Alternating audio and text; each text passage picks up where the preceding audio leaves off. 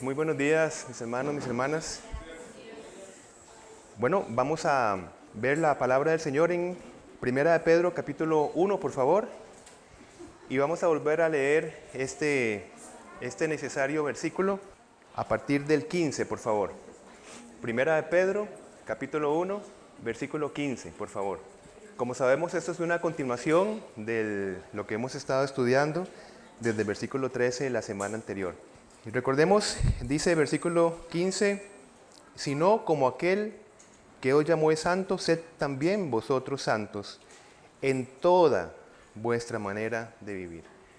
Nuestra identidad en Cristo, mis hermanos, es como bien lo entendimos, un llamamiento a una vida que contrasta con la corriente del mundo, básicamente, ¿no?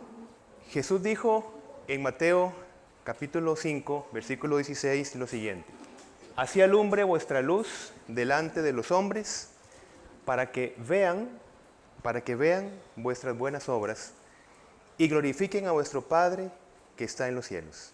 Ahora, esta mirada, para que vean, este ver, hermanos, entendemos muy bien que tiene que empezar desde un mirarnos a nosotros mismos primero. Pablo lo dice en 2 Corintios 13:5. Leo para ustedes: examinaos a vosotros mismos si estáis en la fe, probaos a vosotros mismos. Estar en la fe, mis hermanos, es vivir la palabra como fundamento para todo aspecto de nuestra vida, básicamente, ¿no? Me devuelvo unos segundos. Dice el Señor Jesucristo: así alumbre vuestra luz delante de los hombres para que vean. Nos estamos llevando a reflexionar a que este ver empieza desde nosotros mismos. ¿Cómo nos vemos a nosotros mismos? A través de la fe. ¿Qué es la fe? Práctica. Tomamos lo que Dios ha dicho para tomarlo como fundamento para toda nuestra vida.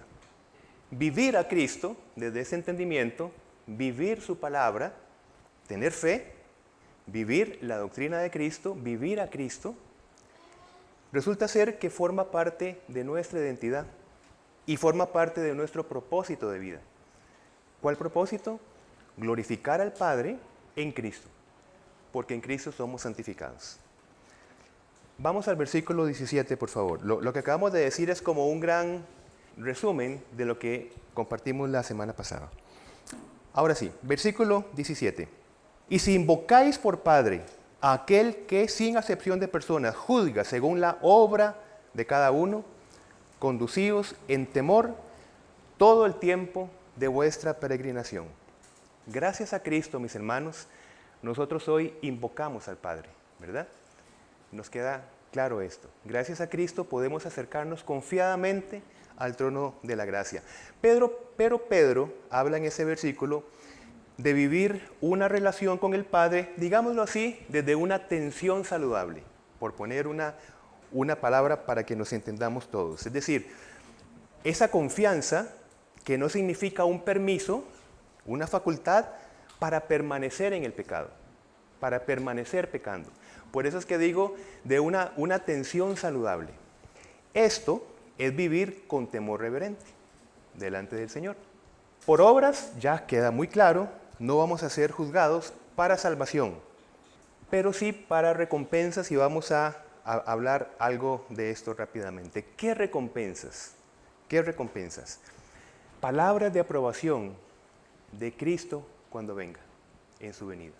Porque como Cristo lo va a señalar en Mateo 25:23, esas palabras, mis hermanos, bien, siervo bueno y fiel. Hermanos, ¿qué recompensa más profunda será escuchar al Señor en medio de sus luchas y las mías, en medio de la dependencia de vida, en medio de lo que el Señor conoce en nuestros corazones, llegar a esa manifestación cósmica y decir: bien, buen siervo y fiel? ¿Va a ser, digámoslo así, señalada o alabada nuestra perfección? No, imposible. Sino, como bien hemos aprendido, nuestra dependencia. Esas lágrimas que se han derramado por someternos confiadamente y amorosamente a la voluntad de Dios. Bien, esto se va a señalar. Ahora, como esa corona la produjo Cristo mismo en nosotros, ¿verdad? como dice Efesios 2:10, ¿verdad? En Apocalipsis 4:10, estas coronas son entregadas a Él. Y es una visión de 24 ancianos que van a representar la totalidad del pueblo redimido cuando venga el Redentor. Entonces, nosotros vamos a esperar una corona, por decirlo de alguna manera. ¿Qué es esta corona? Esta corona es la obra misma del Espíritu en nosotros, por las riquezas de Cristo que el Espíritu traslada al creyente. Por eso es que en esa visión la corona es entregada. ¿A quién? A Cristo, de quien es toda la honra y toda la gloria por los siglos de los siglos. Esta es la recompensa que tendremos en tus luchas y las mías. Recompensas que vamos a hacer, digamos, devueltas a aquel que nos fortalece en nuestras pruebas y debilidades. Entonces, en el reino eterno, el que se va a consumar, no habrá acepción de personas. Habrá, sí, distintos encargos y grados de servicio conforme a la fidelidad mostrada en esta vida. Por eso es que volvamos después de esto a volver a leer el versículo 17. Recordemos que todo esto es un ánimo para los creyentes que están sufriendo. Y Pedro les está diciendo, luchen por la corona, luchen por esa corona que va a ser manifiesta. ¿Cuál corona? Esa bendición de escuchar las palabras de aprobación de Cristo. Buen siervo y fiel. Y tengan el tiempo donde esta corona, tengamos esa bendición también de entregársela a Cristo. Estuviste en cada prueba siempre con nosotros. Porque recordemos que esto es lo que les va a pasar a partir del 64 y hasta el 70, donde esta generación iba a ser literalmente masacrada en su cuerpo. Literalmente. Todo lo que estemos hablando, recordemos el propósito de la carta, animar al pueblo de Dios para lo que vendrá. Ya un cristianismo, como lo vimos la semana pasada, que se separa del judaísmo y donde va a ser culpado por una justicia que primeramente estaba protegiéndoles, ¿verdad? Ahora vamos al 18:21. Seguimos con el ánimo de la carta. Dice, sabiendo que fuiste rescatados de vuestra vana manera de vivir, la cual recibisteis de vuestros padres, no con cosas corruptibles, como oro o plata, sino con la sangre preciosa de Cristo, como de un cordero sin mancha y sin contaminación, ya destinado desde antes de la fundación del mundo, pero manifestado en los postreros tiempos por amor de vosotros. 21, y mediante el cual creéis en Dios, quien le resucitó de los muertos y le ha dado gloria, para que vuestra fe y esperanza sean en Dios. Hermanos, síganme acá con atención, que es algo maravilloso esto. Vimos la semana pasada, según Génesis 1:28, que fuimos creados para ser bendecidos por Dios. La respuesta a esto es que nosotros obedecemos, nosotros por supuesto le glorificamos, nosotros le honramos, nos entregamos voluntariamente. Bien, pero la gracia es que fuimos creados para bendición. Ahora, luego de la caída, toda bendición es posible. Luego de la caída, toda la bendición es posible por la redención, es decir, rescate. Después de la caída, la bendición se fundamenta en la redención, en el rescate. El versículo 18 empieza diciendo esto, sabiendo que fuisteis rescatados, es decir, redimidos. La iniciativa, pues, del Padre, rescatados, de rescatarnos del deseo de vivir independientemente de su voluntad que trajo muerte.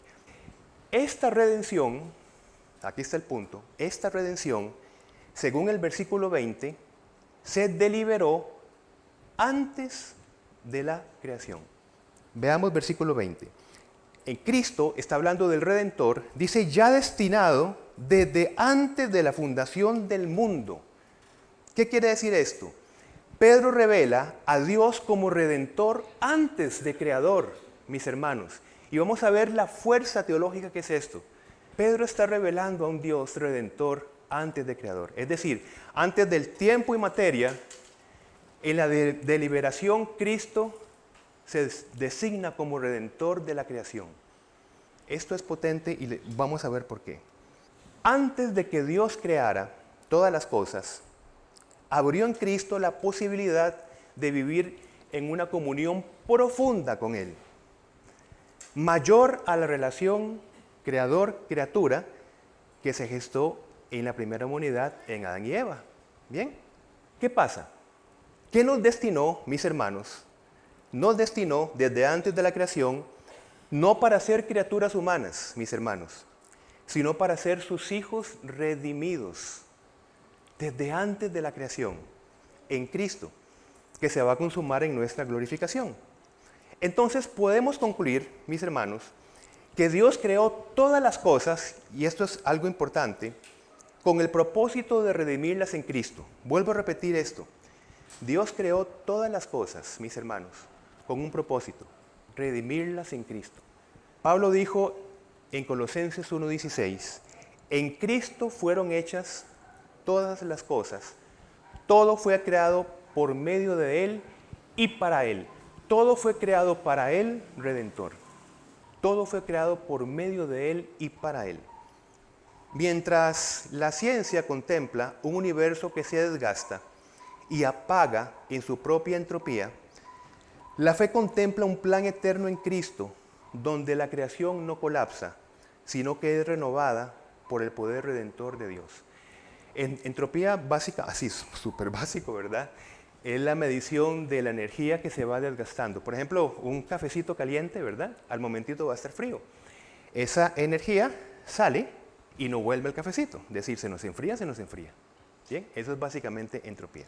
Entonces, la creación existe para la reconciliación con Dios en Cristo y esto da gloria al Hijo. Hermanos, vamos a Juan 17 y esto a mí, cuando estaba viendo esto, como decimos coloquialmente, me voló la cabeza. Juan 17. Y aquí está el pastor que me detenga porque si me vuelo mucho, ¿qué va? La creación existe para la reconciliación con Dios en Cristo y esto da gloria a Dios. Tengamos esto en mente para leer Juan 17, otra vez. La creación existe para glorificar al Hijo. ¿Y glorificarlo en qué sentido? En muchos sentidos, pero uno de esos sentidos es por su papel redentor. ¿Ok? Sobre esto veamos Juan 17, versículo 1. Estas cosas habló Jesús y levantando los ojos al cielo dijo, Padre, la hora ha llegado, glorifica a tu Hijo para que también tu Hijo te glorifique a ti. Y está hablando acerca del acto redentor que vendría. Versículo 4. Yo te he glorificado en la tierra, he acabado la obra que me diste que hiciese. Está hablando de nuevo de su plan redentor. 22. La gloria que me diste, yo les he dado, para que sean uno, así como nosotros somos uno, el fruto de la redención. Y versículo 24, y atención acá, con lo que acabamos de leer en Pedro. Padre, aquellos que me has dado, quiero que donde yo estoy, también ellos estén conmigo, para que vean mi gloria que me has dado, porque me has amado desde antes de la fundación del mundo. Notemos que esta gloria, este plan redentor antes del tiempo, fue manifestada a como lo explica Pedro, volvámonos a Pedro, 1:20, o sea, esta gloria, ya gloria, entendámoslo como este plan redentor que se gesta desde antes de la creación, exactamente, y que fue manifestada. Vean, volvamos a leer 1:20. Ya destinado, Cristo, desde antes de la fundación del mundo, pero manifestado en los postreros tiempos por amor a vosotros. Hermanos, la generación a la que Pedro le está hablando, está diciendo, piensen bien, ustedes son testigos de la manifestación de una gloria que se gestó antes de la fundación del mundo. Vieron este plan redentor, este misterio que ahora se reveló en Cristo. El Cristo en la cruz y el Cristo resucitado es el plan redentor que esta generación tuvo el privilegio de ver con sus ojos, o muchos de ellos. Esto es la base, igual, con una profundidad para que ellos se animaran en la fe, para que ellos pensaran cosas más profundas que las cosas temporales que iban a tener al frente. ¿Por qué? Porque esta gloria manifestada en este tiempo en Cristo Jesús no será quitada al pueblo redimido a pesar de sus muchas pruebas. Vean qué tipo de consolación es esta de Pedro. Esta gloria manifestada que ustedes no la van a perder jamás a pesar de sus pruebas. Esta es la nueva creación que se revela en Efesios 1:10, cuando dice que todas las cosas están siendo reunidas en Cristo y todo entra en una luz preciosa, según lo que Pedro está revelando acá. La creación, recordemos, tuvo el propósito de ser redimida en Cristo. Y después del acto redentor, ¿qué va a decir Pablo? Todas las cosas están siendo reunidas en Cristo. Qué potente, qué clase de ánimo. No es solamente decir, miren, soporten y aguanten. Que nos quede claro entonces, mis hermanos, que la redención, es decir, el rescate por el pecado, no fue nunca un plan B de Dios, sino su propósito eterno, desde antes de la creación del mundo. Y veamos, segunda de Timoteo, capítulo 1, versículos de 9 al 10. De nuevo, tratemos de tomar todo esto que hemos estado compartiendo y a la luz de esto leamos segunda de Timoteo 1, 9 y 10. Dice Pablo, refiriéndose a Cristo, el Redentor, dice, ¿quién nos salvó y llamó con llamamiento santo, no conforme a nuestras obras, sino según el propósito suyo y la gracia que nos fue dada en Cristo Jesús? ¿Cuándo, mis hermanos? Antes de los tiempos de los siglos. Pero que ahora, como está diciendo Pedro, ha sido manifestada por la aparición de nuestro Salvador Jesucristo, el cual quitó la muerte y sacó a luz la vida y la inmortalidad por el Evangelio. Una gracia no por obras, sino por responder al plan redentor. Mis hermanos, que igual como comparto con nuestro pastor, es impresionante la profundidad de la Escritura, impresionante. Les animo a que no hagamos planes de lectura por leer. Mis hermanos, no puede ser que la meta sea leer Primera de Pedro y listo.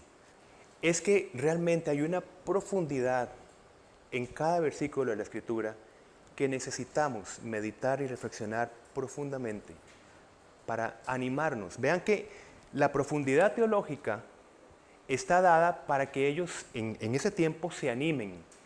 Si usted y yo necesitamos ser animados, necesitamos comprender la palabra de Dios, que nos anima a vivir la palabra de Dios.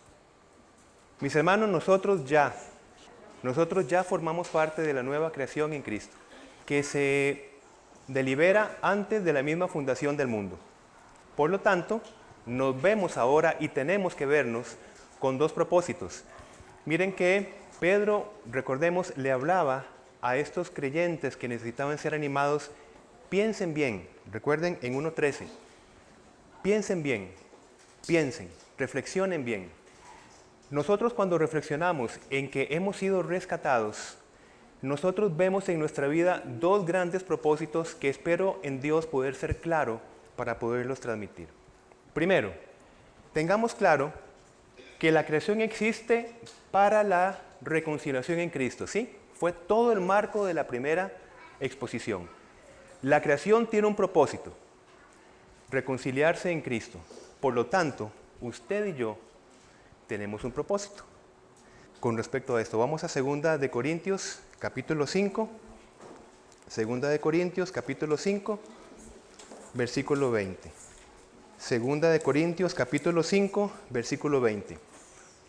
Si pensamos bien que la creación tiene el propósito de ser redimida en Cristo, nosotros tenemos un propósito.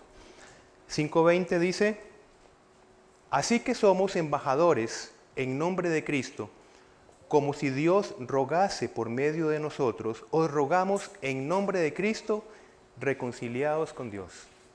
Nosotros tenemos un propósito a la luz del misterio revelado en Cristo como Redentor. Somos embajadores de redención o de reconciliación. Primer propósito. Segundo propósito, la nueva creación glorifica al Hijo, ¿verdad? Porque por el Hijo ha sido redimida. Es decir, ponemos un sustento para luego ver propósito. ¿Bien? La creación glorifica al Redentor. ¿Bien? Ahora, ¿dónde nos colocamos nosotros acá? La vivencia de ser embajadores de la redención o de la reconciliación va a traer oposición del mundo, ¿verdad? Va a traer oposición del mundo. Esto fundamenta 1 de Pedro 1.6. Vamos a 1 de Pedro. 1 de Pedro 1.6. Vuelvo a repetir, cuando nosotros vivimos nuestro primer propósito, ser embajadores de la redención, vamos a vivir inmediatamente el segundo. 1.6 dice, en lo cual vosotros os alegráis, es decir, nos alegramos de que nosotros somos embajadores de la redención. Aunque ahora, por un poco de tiempo, si es necesario, tengáis que ser afligidos en diversas pruebas. Las dos bendiciones van juntas, básicamente. Y esto forma parte de nuestro propósito. Por eso es que la Escritura dice, no se extrañen si están pasando por muchas tribulaciones. ¿De qué se extrañan? El cómo respondamos a nuestras pruebas, mis hermanos, el cómo respondamos a nuestras pruebas desde la dependencia de Cristo será la alabanza, gloria y honra que daremos al Señor en su venida. ¿Por qué? Veamos el versículo que sigue en el 7, que Pedro está hablando acerca de las pruebas que alcanzarán en el 6 y el 7, para que sometida a prueba vuestra fe, mucho más preciosa que el oro, el cual aunque perecedero se prueba con fuego, esta fe probada sea hallada en alabanza, gloria y honra cuando sea manifestado Jesucristo. Estamos hablando de nuestro propósito.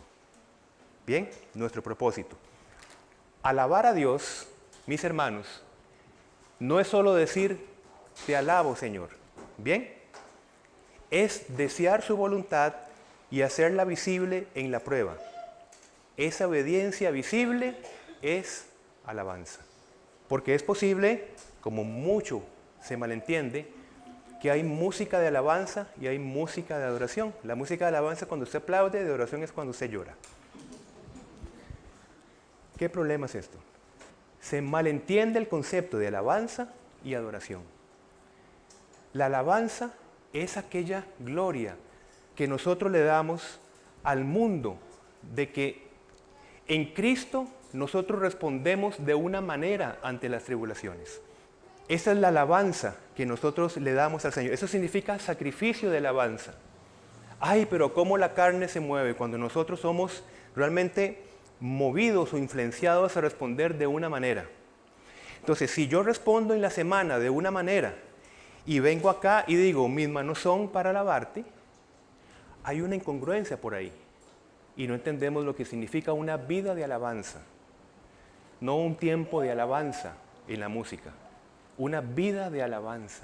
Y esa alabanza, en vez de ser jubilosa, muchas veces acompaña de morir al yo. Es más, siempre se acompaña del morir al yo. Es decir, es totalmente contrario al concepto de alabanza.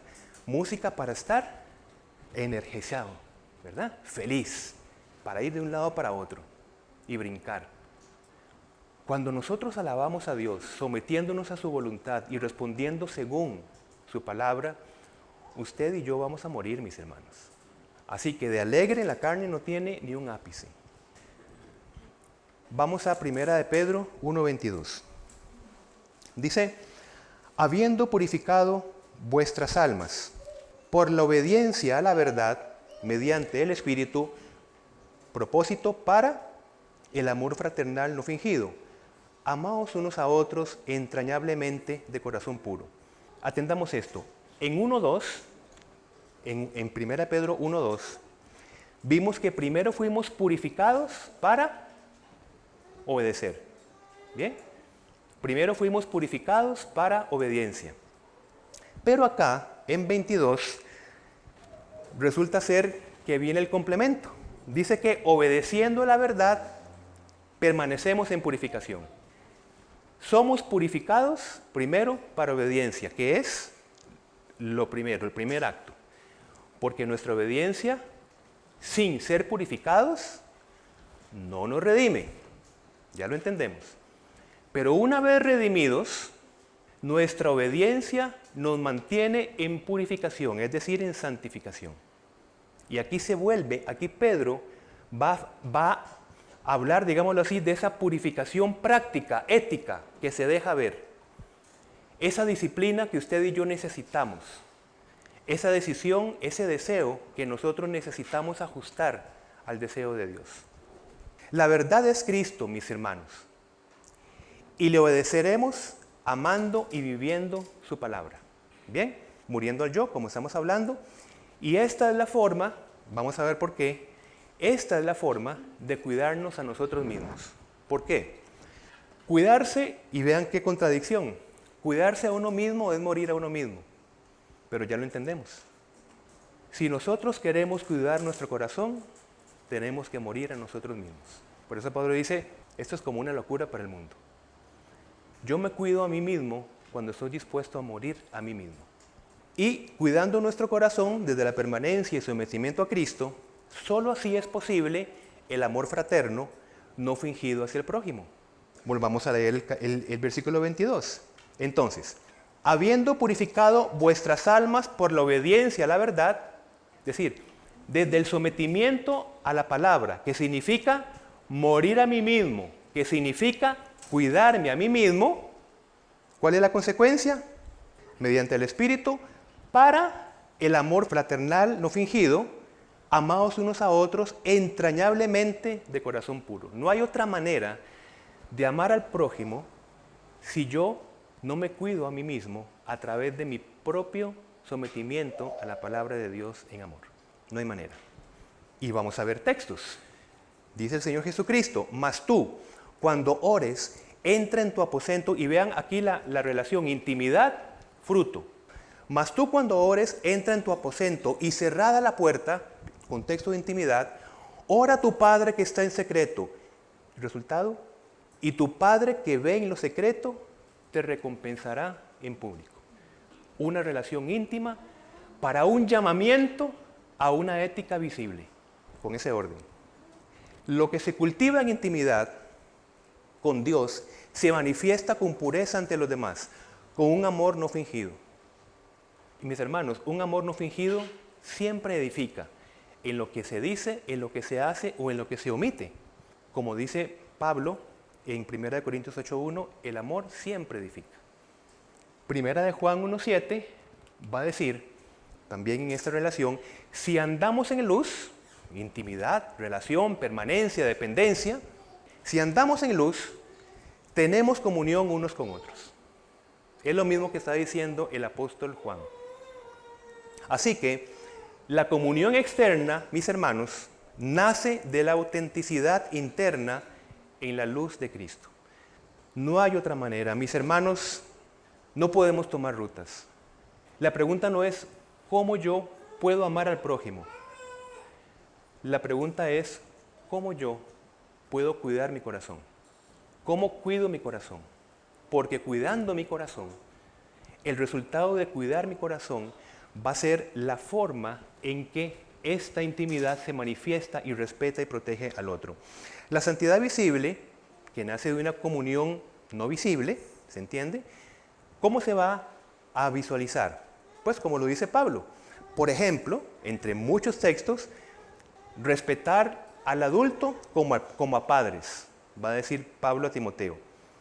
Respetar a las mujeres como hermanas, con toda pureza, como dice 1 de Timoteo 5, 1 y 2. ¿Cómo se va a mostrar la intimidad en Cristo?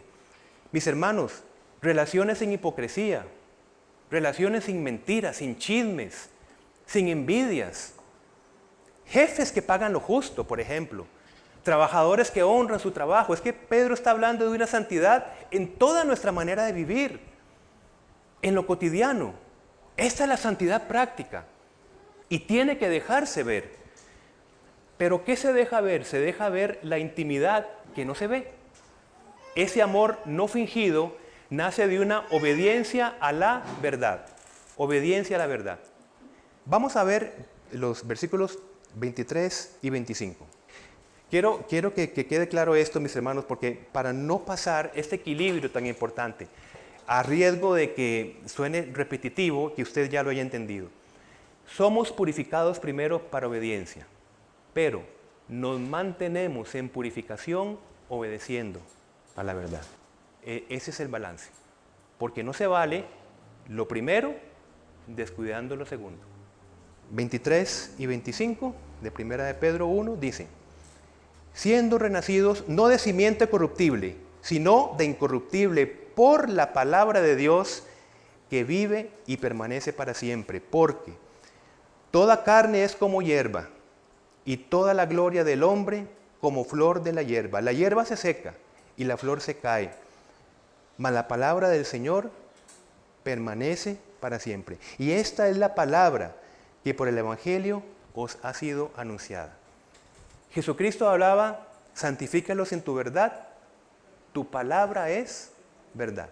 Juan 17:17. Así que, y vamos a lo último, mis hermanos, el Espíritu usa la palabra como medio ordinario para, y medio ordinario me refiero al medio habitual, permanente, visible, no a un medio extraordinario. Por ejemplo, Pablo fue impactado por un medio extraordinario. Fue, digámoslo así, una manifestación impresionante en Pablo. Pero nosotros somos llamados a una relación por medios ordinarios, no extraordinarios. Entonces, por eso es que he puesto la palabrita acá. El Espíritu usa la palabra como medio ordinario para renovar la mente. Pedro lo señala en 1:13, que es cuando dicen piensen bien. Estamos hablando del contexto de cómo somos santificados. Por medio de la palabra. ¿Cómo actúa la palabra en nuestra vida? Primero, renovando nuestra mente. Segundo, la palabra nos santifica. ¿Cómo? Nos hace identificar nuestro pecado. Y he puesto esta lectura en esta versión que lindísima, me encanta. Dice así: toda la Escritura es inspirada por Dios y es útil para enseñarnos lo que es verdad y para hacernos ver lo que está mal en nuestra vida. Nos corrige cuando estamos equivocados y nos enseña a hacer lo correcto.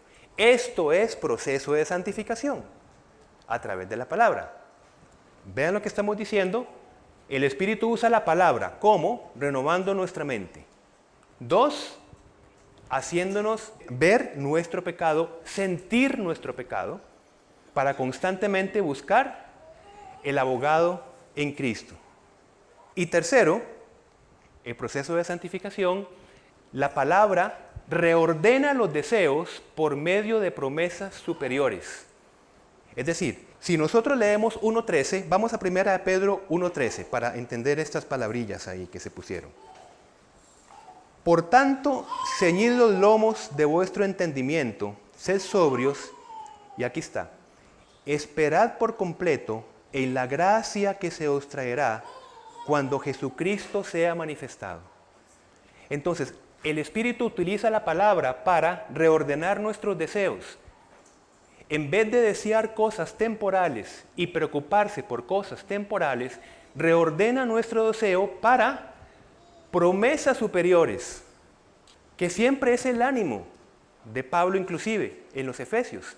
Empieza por medio de la palabra a reordenar los deseos para llevarlos a promesas superiores, herederos en Cristo, sellados en el Espíritu, coherederos con Cristo, sentados en lugares celestiales. Ya tenemos toda bendición en Cristo. Todo esto reordena nuestros deseos. Y esto es proceso también de santificación para nuestra vida. Santificación es permanecer y vivir en la verdad revelada. Y en la manera práctica vamos a ver Colosenses capítulo 3, versículos 23 y 24, con lo que acabamos de compartir. Colosenses capítulo 3, versículos 23 y 24. Vamos a leerlo con muchísima atención y por favor tratemos de integrar todo lo que hemos compartido en esta mañana, en estos 2 versículos, en cuanto a la santificación ética visible. Versículo 23.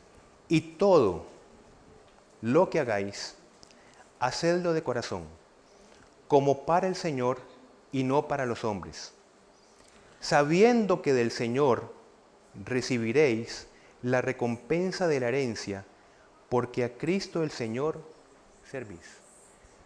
Mis hermanos, ¿cómo no reordenar nuestros deseos como la base para lo que está hablando Pablo acá?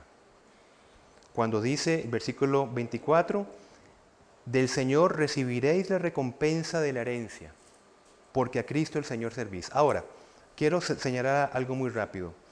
El versículo 23 dice, y todo lo que hagáis, hacedlo de corazón. Mis hermanos, hacer las cosas de corazón necesita un corazón sanado, porque nuestro corazón es engañoso. Y si Pablo está diciendo, hacer las cosas de corazón, cuidado con esto. No está hablando según nuestras fuerzas. Por eso es que el proceso de santificación que hemos hablado, cuidar nuestro corazón, nuestros deseos, nuestros pensamientos y procurar para la alabanza de Dios que todo lo que hagamos sea para su gloria. No pensemos en perfección, sino en dirección. Cuando usted y yo fallemos, que vamos a fallar, ¿hacia dónde nos dirigimos? No al consuelo pecaminoso que va a agravar la situación, sino a la fuente de vida que nos acercamos confiadamente siempre, y es la parte que yo no entiendo todavía. De verdad que sí. Después de meter la patota, decir, pero ¿cómo es posible que el siguiente paso es acudir al trono de la gracia? ¿Cómo? Porque se aplica en mí todavía los residuos de Génesis 3, esconderme de la presencia de Dios. Yo no sé si usted está puesto un banano en una gaveta, qué ejemplo. Déjelo ahí una semana y sáquelo después. Así es cuando usted y yo nos escondemos de la presencia del Señor después de pecar. Ese es el engaño de Satanás. Podriditos salimos. Así que cuando nosotros fallamos, que va a decir el apóstol Juan, no seamos mentirosos, diciendo que no tenemos pecado. Y cuando lo hacemos, acudimos confiadamente al trono de la gracia. Esa es la única dirección de restauración. No ocultarnos de la gracia porque nos podrimos. Y le puse esto para que usted lo piense. Y por ahí va a tener buenos días para pensar en el banano podrido.